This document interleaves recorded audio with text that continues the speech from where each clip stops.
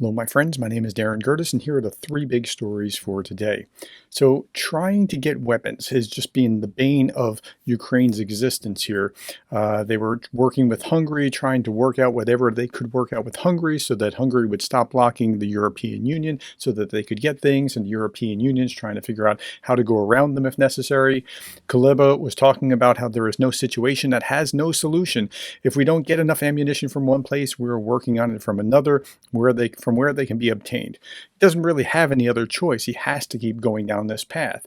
And if it's not bad enough in Europe, we have a problem in the United States. Johnson says Ukraine aid and border policy reform are likely to be split. I don't know that it will be. I don't know that it won't be, but that would put us right back where we were back in early December, and we just wasted a bunch of time. House Speaker Mike Johnson told the three leaders of the Baltic parliaments that President Biden's national security supplemental that includes aid for Ukraine is likely to be split up over concerns about border policy reforms. He called it earlier dead on arrival. And the problem is that part of the structure of this is that he has the executive power to close the border if it exceeds more than 5,000 crossings per day.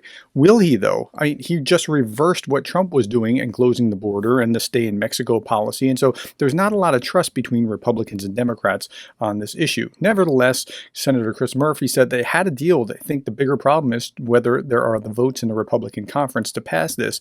And the bigger problem now is that Trump doesn't want it to pass. That doesn't mean that the senators don't want it to pass or that members of the House or whatever don't want it to pass, but it's a pretty big mess.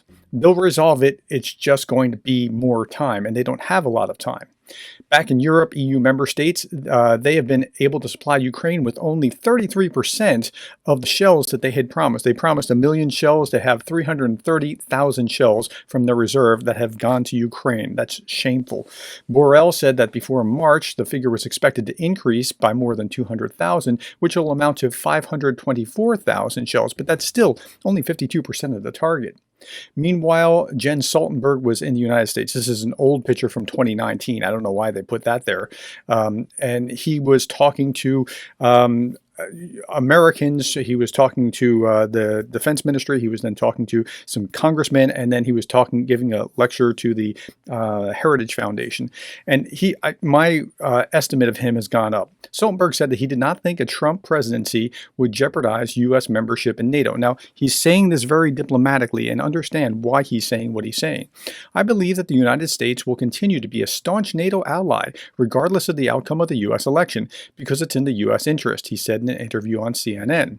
Then he went on, I worked with him for years, talking about Trump. I listened carefully because his main criticism has been about NATO's allies spending too little on NATO, and that's fair, and that's where Trump was coming from.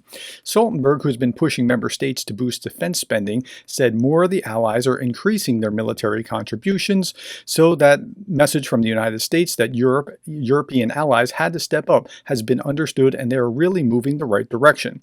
Well, if that placates Trump and allows him to play nice with NATO as NATO is stepping up or stepping into it more, I think that's great. I wish we didn't have to work around that, but just the way that he diplomatically massaged that was, I think, wonderful. Well done, Jens. Thank you for your time. Thank you for the likes, the shares, the subscribes, and thank you for being the kind of person that cares about Ukraine.